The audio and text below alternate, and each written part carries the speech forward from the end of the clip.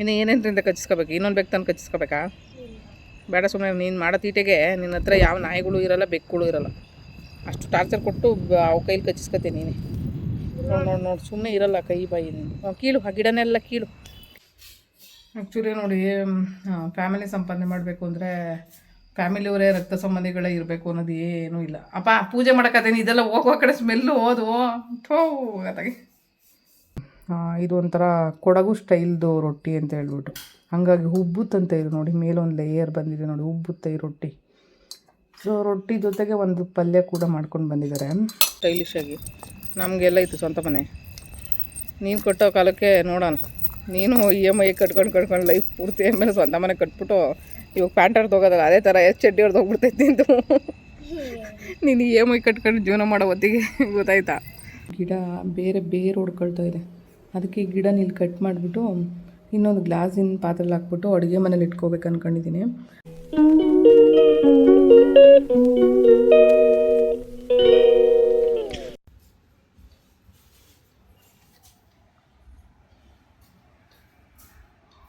ಕಸ ಗುಡಿಸು ಅಂದರೆ ಅಲ್ಲೊಂದಿಷ್ಟು ಕಸ ತಗೊಂಡೋಗವನೆ, ಇಲ್ಲೊಂದು ಕಸ ಬಿಟ್ಟವನೆ. ಇದು ಎಂಥ ಕಸ ಗುಡಿಸೋದು? ಇದು ಏನಪ್ಪ ಇದು?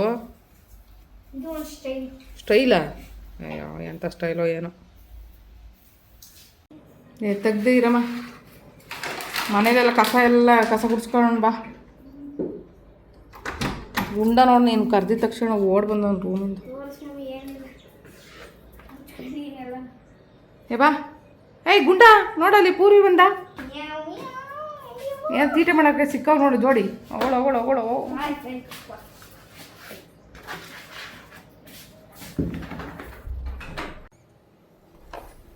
ಈ ಮನಿ ಪ್ಲ್ಯಾಂಟ್ನ ಆವತ್ತು ಐಕಿಯದಲ್ಲಿ ತೊಗೊಂಡು ಬಂದೆ. ಆ್ಯಕ್ಚುಲಿ ಇದನ್ನು ನೋಡಿ, ಗಿಡ ಬೇರೆ ಹೊಡ್ಕೊಳ್ತಾ ಇದೆ, ಅದಕ್ಕೆ ಈ ಗಿಡನ ಇಲ್ಲಿ ಕಟ್ ಮಾಡಿಬಿಟ್ಟು ಇನ್ನೊಂದು ಗ್ಲಾಸಿನ ಪಾತ್ರೆಲಿ ಹಾಕ್ಬಿಟ್ಟು ಅಡುಗೆ ಮನೇಲಿ ಇಟ್ಕೋಬೇಕು ಅಂದ್ಕೊಂಡಿದ್ದೀನಿ. ಆ್ಯಕ್ಚುಲಿ ಗ್ರೀನ್ ಲೀವ್ಸು ಗಿಡಗಳನ್ನೆಲ್ಲ ಮನೇಲಿ ಬೆಳೆಸೋದ್ರಿಂದ ತುಂಬ ಪಾಸಿಟಿವ್ ವೈಬ್ಸ್ ಬರುತ್ತೆ, ಮತ್ತು ಇದರಿಂದ ತುಂಬ ಮನಸ್ಸಿಗೆ ಒಂಥರ ಆರಾಮದಾಯಕ ಆಗಿರೋವಂಥ ಒಂದು ಇದರಲ್ಲಿ ವಾತಾವರಣದಲ್ಲಿ ಇದ್ದೀವಿ ಅಂತ ಕೂಡ ಫೀಲ್ ಆಗುತ್ತೆ. ಸೊ ಮನಿ ಪ್ಲಾಂಟು ಮನೇಲಿ ಬೆಳೆಸ್ಬೇಕಂತೆ. ಸೊ ಹಾಗಾಗಿ ಅದು ಒಳ್ಳೇದಿರೋದ್ರಿಂದ ಬೆಳೆಸೋ ಅಂಥದ್ದು. ಸೊ ಇದಕ್ಕೆ ನೋಡಿ, ಗಿಡ ಈ ಥರ ಮಣ್ಣಲ್ಲೂ ಬೆಳೆಸ್ಬೋದು, ಮತ್ತು ಇದನ್ನು ಬರೀ ನೀರಲ್ಲಿಟ್ಟು ಕೂಡ ಬೆಳೆಸ್ಬೋದು. ಈ ಗಿಡನ ನಾನು ಬೇರೆ ಥರ ಇನ್ನೂ 2-3 ಗಿಡಕ್ಕೆ ಶಿಫ್ಟ್ ಮಾಡ್ಕೋಬೋದು, ಅಂದರೆ ಪಾಟ್ಗಳಿಗೆ ಶಿಫ್ಟ್ ಮಾಡ್ಕೋಬೋದು. ಸೊ ಇದರಲ್ಲಿ ಬೇರು ಇಲ್ಲೂ ಎಕ್ಸ್ಟ್ರಾ ಬಂದಿದೆ ನೋಡಿ, ಇದನ್ನು ಕಟ್ ಮಾಡ್ಬೋದು, ಮತ್ತು ಇದನ್ನು ಕಟ್ ಮಾಡಿಬಿಟ್ಟು ನಾನು ಬೇರೆ ಕಡೆ ಹಾಕ್ಕೋಬೋದು. ಇವಾಗ ನಾನು ಇದನ್ನು ಕಟ್ ಮಾಡಿ ಒಂದು ಗ್ಲಾಸ್ ಬಾಟಲ್ಗೆ ಹಾಕೊಳ್ತೀನಿ. ಸೊ ಅಡುಗೆ ಮನೇಲಿ ಇಟ್ಕೋಬೇಕಂತ ನಂಗೆ ಆಸೆ, ಅದಕ್ಕೋಸ್ಕರ.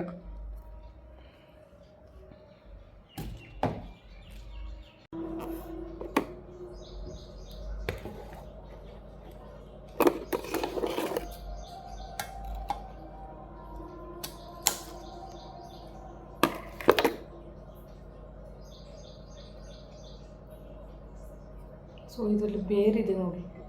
ಸೊ ಇವಾಗ ನಾನು ಗ್ಲಾಸ್ ಬಾಟಲ್ ನೀರು ತೊಗೊಂಡ್ಬಂದಿದ್ದೀನಿ. ಸೊ ಇದನ್ನು ಇದರೊಳಗಡೆ ಇಡ್ಬೋದು. ಸೊ ಬೇರೆ ಸಮೇತ ಈ ಥರ ಇಟ್ಟರೂ ಆಗುತ್ತೆ.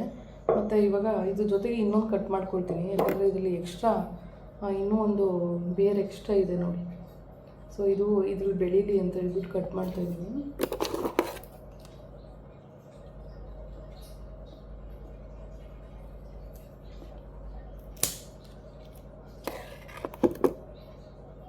ಸೊ ಇವಾಗ ಇದರಲ್ಲೂ ಒಂದು ಬೇರಿದೆ ನೋಡಿ, ಇದರಲ್ಲೂ ಕೂಡ ಬೆಳೆಸ್ಬೋದು ನಾವು.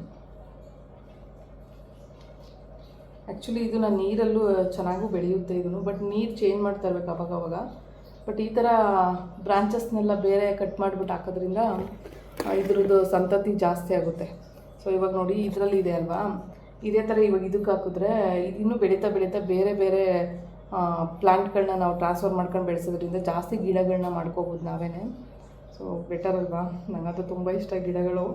ಬಟ್ ಏನು ಮಾಡೋದು, ಇವಾಗ ಬೆಳೆಸೋದಕ್ಕೆ ತುಂಬ ಕಷ್ಟ ಇದೆ ನನಗೆ, ಯಾಕಂದರೆ ನಾನೇ ನೋಡ್ಕೊಳಕ್ಕಾಗ್ತಿಲ್ಲ. ಅಂಥದ್ರಲ್ಲಿ ಗಿಡಗಳನ್ನ ಹೆಂಗಪ್ಪ ನೋಡ್ಕೊಳ್ಳೋದು ಅಂತ. ಅದರಲ್ಲೂ ಈ ಥರ ಪಾಟ್ಗಳಾದರೆ ಸ್ವಲ್ಪ ಹೆಂಗೋ ಮ್ಯಾನೇಜ್ ಮಾಡ್ಬೋದು, ಯಾಕಂದರೆ ಹೈಟು ಸ್ವಲ್ಪ ಬೆಟರ್, ಎಲ್ಲಿ ಬೇಕೋ ಹೈಟಿಗೆ ಇಟ್ಕೋಬೋದು ಇವನ್ನ. ಬಟ್ ನೆಲದ ಮೇಲೆ ಬೆಳೆಸೋ ಗಿಡಗಳಿದಾವಲ್ಲ, ಅವಂತೂ ತುಂಬ ಕಷ್ಟ ನನಗೆ. ನಾನು ಅವತ್ತು ತಂದಾಗ ನೋಡಿ ಈ ಥರ ಇತ್ತು ನೋಡಿ, ಇದೇ ಚಿಕ್ಕ ಪಾಟು, ಇದರೊಳಗಡೆ ಇನ್ನೊಂದು ಈ ಥರದ್ದು ಕೊಟ್ಟಿದ್ರು. ಸೊ ಹಾಗಾಗಿ ಈ ಥರ ಇದು ಮಾಡಿಕೊಂಡಿರೋವಂಥದ್ದು. ಬಟ್ ಬೇರೆ ಗಟ್ಟಿ ಇದೆ ಇದು. ಮತ್ತು ಇದು ಕೋಕೋ ಪೀಟು ಅದೇನೇನೋ ಹಾಕಿ ಇದ್ರೊಳಗಡೆ ಒಳ್ಳೆ ಚೆನ್ನಾಗಿದೆ ಫಲವತ್ತಾಗಿ. ಬಟ್ ಇದ್ರ ಗೊಬ್ಬರಗಳನ್ನೆಲ್ಲ ನಾವು ಅಲ್ಲಿ ಇಲ್ಲಿ ತರಬೇಕಾಗುತ್ತೆ ಅನಿಸುತ್ತೆ ನರ್ಸರಿಲಿ. ನಂಗೆ ಅದ್ರ ಬಗ್ಗೆ ಗೊತ್ತಿಲ್ಲ, ಯಾಕಂದರೆ ಇಲ್ಲಿವರೆಗೂ ನಾನು ಗಿಡನೇ ಬೆಳೆಸಿಲ್ಲ ಈ ಥರ ಆಕ್ಸಿಡೆಂಟ್ ಆದಮೇಲೆ.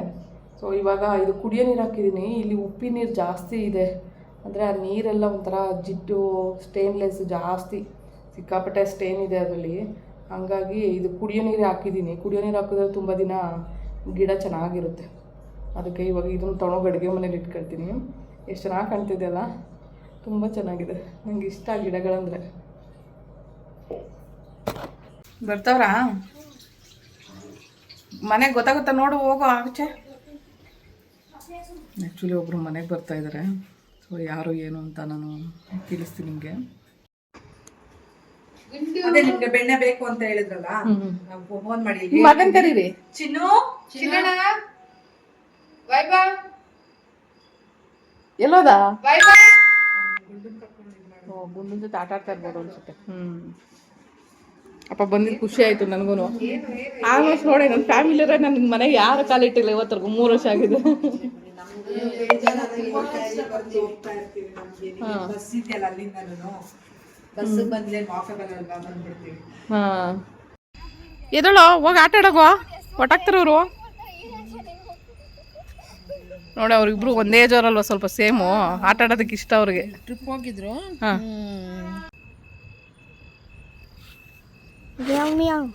ತೋರ್ಸಪ್ಪ ತರ ನಿಂದು.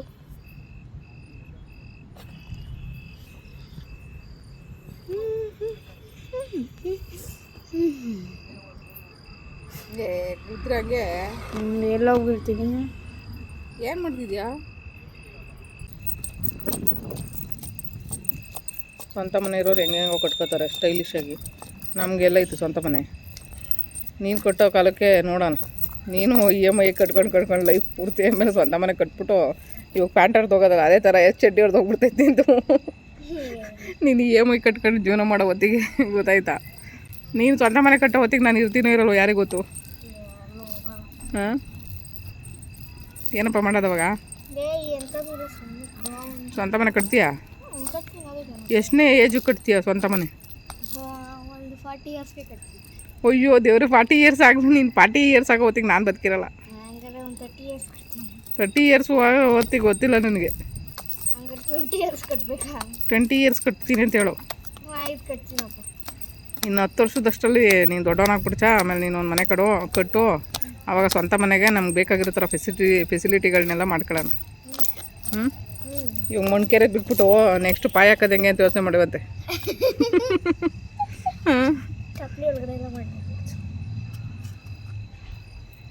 ಈಗಿನ ಕಾಲದಲ್ಲಿ ದುಡ್ಕೊಂಡು EMI ಕಟ್ಕೊಂಡು ಜೀವನ ಎಲ್ಲ ಅರ್ಧ EMI ಕಟ್ಟೋದ್ರಲ್ಲೇ ಆಗ್ಬಿಡ್ತೈತೆ ನಮ್ಮ ಜೀವನ. ಗುಂಡಮ್ಮ, ನೀನೇನು ಮಾಡ್ತಾಯಿದ್ದೀಯ? ಸುಸ್ತಾಗ್ಬಿಟ್ಟಿದ್ದೀನ ಓಡಾಡಿ ಆಟ ಆಡಿ. ಹಂಗೆಲ್ಲ ಮಾಡಬಾರ್ದು, ಮೂತಿ ಅವ್ನು ನೋವಾಗುತ್ತೆ. ಗುಂಡು ಪುಟು ತಿರ್ಗಮ್ಮ ಈ ಕಡೆ ಪುಟ್ಟಿ ತಿರ್ಗೆ. ಕೂತ್ಕ, ಏನಾಗುತ್ತೆ?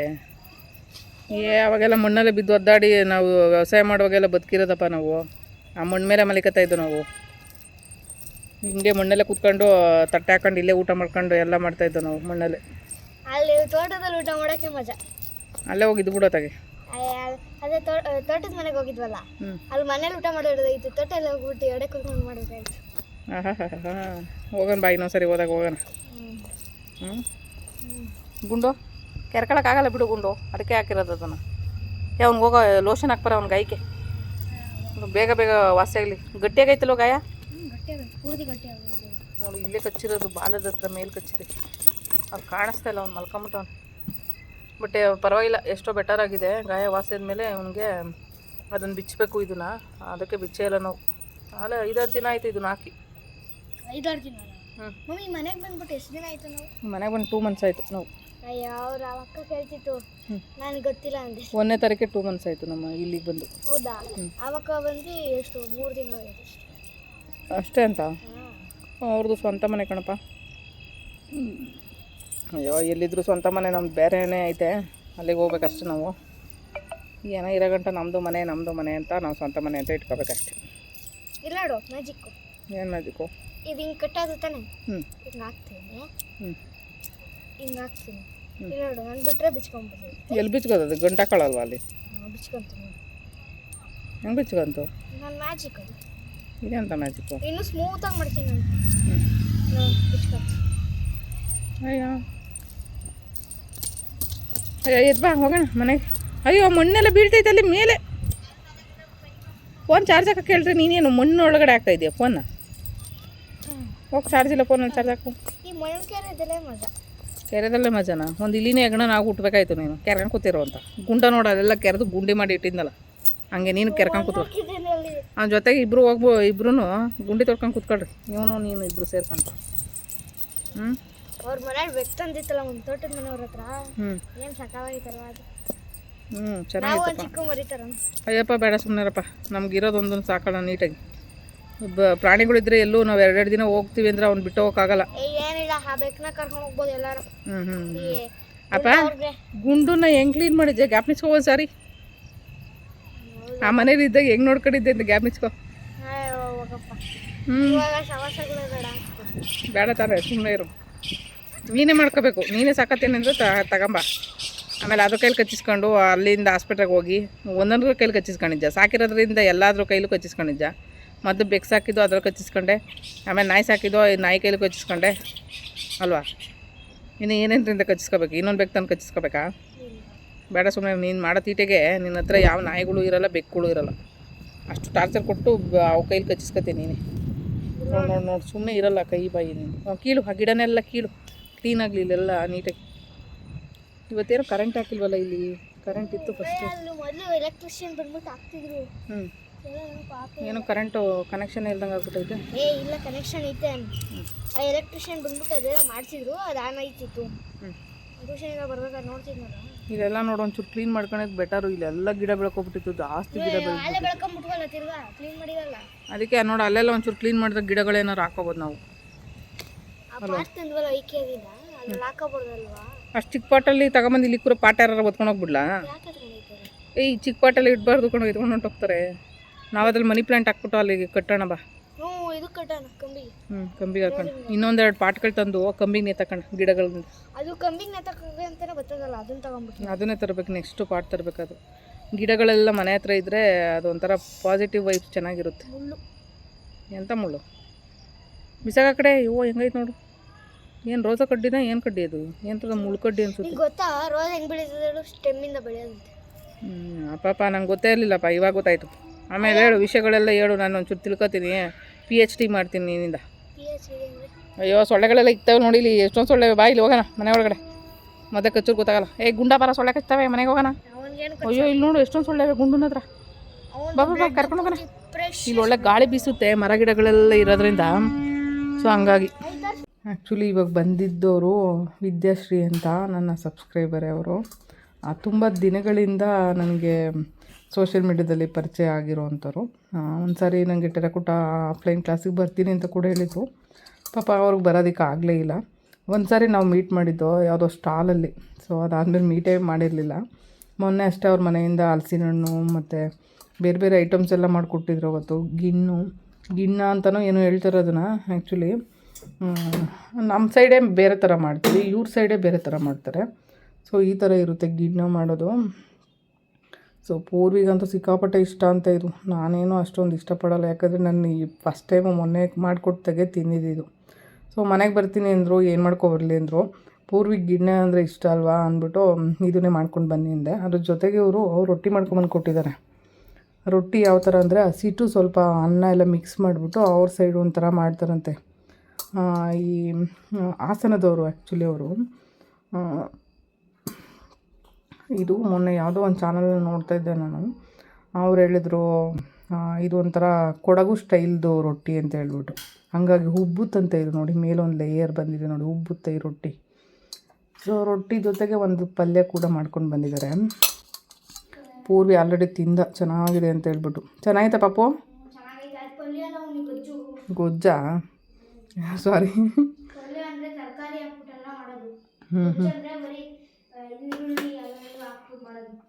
ಸೊ ತುಂಬ ಖುಷಿ ಆಯ್ತಪ್ಪ, ಯಾಕಂದರೆ ಆಲ್ಮೋಸ್ಟ್ ಒಂದು 3-4 ಜನ ಇದೇ ಥರ ಒಂದು ಫ್ಯಾಮಿಲಿ ಇದೆ ನನಗೆ.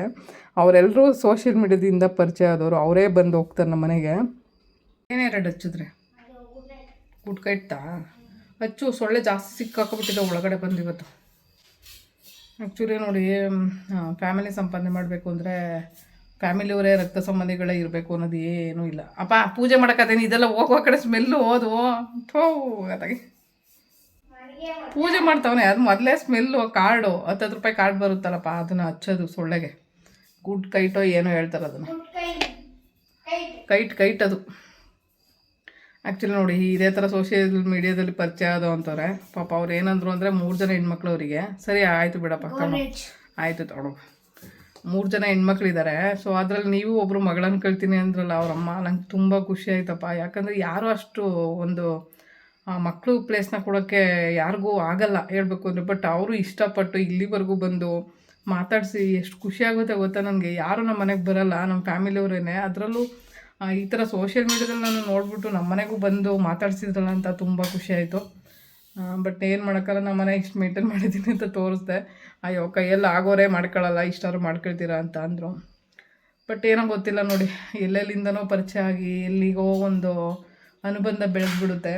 ಬಟ್ ಅವರು ನಮ್ಮ ಊರಿಗೆ ಬನ್ನಿ, ನಾವು ಈ ಥರ ತೋಟ ಇದೆ, ನಮ್ಮದು ಕಾಫಿ ತೋಟ ಇದೆ, ಆಮೇಲೆ ಏನೆಲ್ಲ ಇದೆ ಐಟಮ್ಸ್ ಎಲ್ಲ ಇದೆ, ಬನ್ನಿ ಬನ್ನಿ ಬನ್ನಿ ಅಂತ ಕರೀತಾ ಇದ್ದಾರೆ. ಕಾಫಿ ಪೌಡ್ರು ಎಲ್ಲ ಮಾಡ್ತಾರಂತವರು. ಅದಕ್ಕೆ ನಮ್ಮ ಮನೆ ಕಡೆಯಿಂದ ಏನಾದರೂ ತರಿವ್ರಂತೆ ಬನ್ನಿ ಅಂತ ಎಷ್ಟು ಪ್ರೀತಿಯಿಂದ ಕರೀತಾರಲ್ಲ, ಅದೇ ಬೇಕಾಗಿರೋದು ಮೇನು. ಇವಾಗ ನಮ್ಮ ಹತ್ರ ಇಲ್ಲದೇ ಇದ್ರೂ ಕೊಡ್ತೀನಿ ಅನ್ನೋ ಥರ ನಾವು ಅವ್ರನ್ನ ಪ್ರೀತಿ ಮಾಡ್ತೀವಲ್ವ, ಆವಾಗಲೇ ಮನುಷ್ಯನ ದೊಡ್ಡ ಸ್ಥಿತಿಗೆ ಗೊತ್ತಾಗೋದು. ಮನೆ ಚಿಕ್ಕದು ಅಂತ ಹೇಳಿದ್ರು. ನಾನು ಹೇಳಿದೆ ಅವ್ರಿಗೆ, ಮನೆ ಚಿಕ್ಕದು ಅನ್ನೋದಕ್ಕಿಂತ ಮನಸ್ಸು ದೊಡ್ಡದಾಗಿರಬೇಕು, ಆವಾಗಲೇ ಮನುಷ್ಯರು ಇಷ್ಟಪಟ್ಟು ಬರ್ತಾರೆ ಅಂತ. ಸೊ ಹಂಗೆ ಪರಿಸ್ಥಿತಿಗಳು ಎಲ್ಲ ಒಂದೊಂಥರ ರೀತಿ ಇರುತ್ತೆ, ಏನು ಮಾಡೋಕ್ಕಾಗಲ್ಲ. ಬಟ್ ನಿಜವಾಗ್ಲೂ ಹೇಳಬೇಕು ಅಂದರೆ ಸೋಷಿಯಲ್ ಮೀಡ್ಯಾದಲ್ಲಿ ನನಗೆ ಈ ಥರ ಒಂದೊಂದು ಫ್ಯಾಮಿಲಿಗಳು ಸಿಗ್ತಾನೆ ಇದ್ದಾವೆ ಇವತ್ತವರೆಗೂ. ತುಂಬ ಥ್ಯಾಂಕ್ಸಪ್ಪ. ತುಂಬ ಇಷ್ಟಪಟ್ಟು ಸೋಷಿಯಲ್ ಮೀಡ್ಯಾದಲ್ಲಿ ಎಲ್ಲೋ ಒಂದು ಕಡೆ ನಾನು ನೋಡಿರ್ತೀರ. ಬಟ್ ನಾನು ಎತ್ತ ಏನು ಕತೆನೋ ನಿಮ್ಗೆ ಗೊತ್ತಿಲ್ಲ, ಬರೀ ವೀಡಿಯೋದಲ್ಲಿ ಅಷ್ಟೇ ನೋಡ್ತೀರಾ. ಸೊ ವಿಡಿಯೋ ಮೂಲಕದ ಜೊತೆಲಿ ಬಂದು ನಮ್ಮನ್ನು ಮಾತಾಡ್ಸೋವಾಗಲೇ ಗೊತ್ತಾಗೋದು ನಾವೇನು ನಿಮಗೆ ಅಂತ. ಸೊ ರಿಯಲ್ ಹೇಗಿರ್ತೀವಿ, ರೀಲು ಹೇಗಿರ್ತೀವಿ ಅನ್ನೋದು ನಮ್ಗೆ ಗೊತ್ತಿಲ್ಲ. ಬಟ್ ನಿಮಗೆ ಅನುಭವ ಆಗುತ್ತೆ ಬಂದಾಗಲ್ವಾ. ಸೊ ಇದೇ ಥರ ಲೈಫ್ ಅಷ್ಟೇ.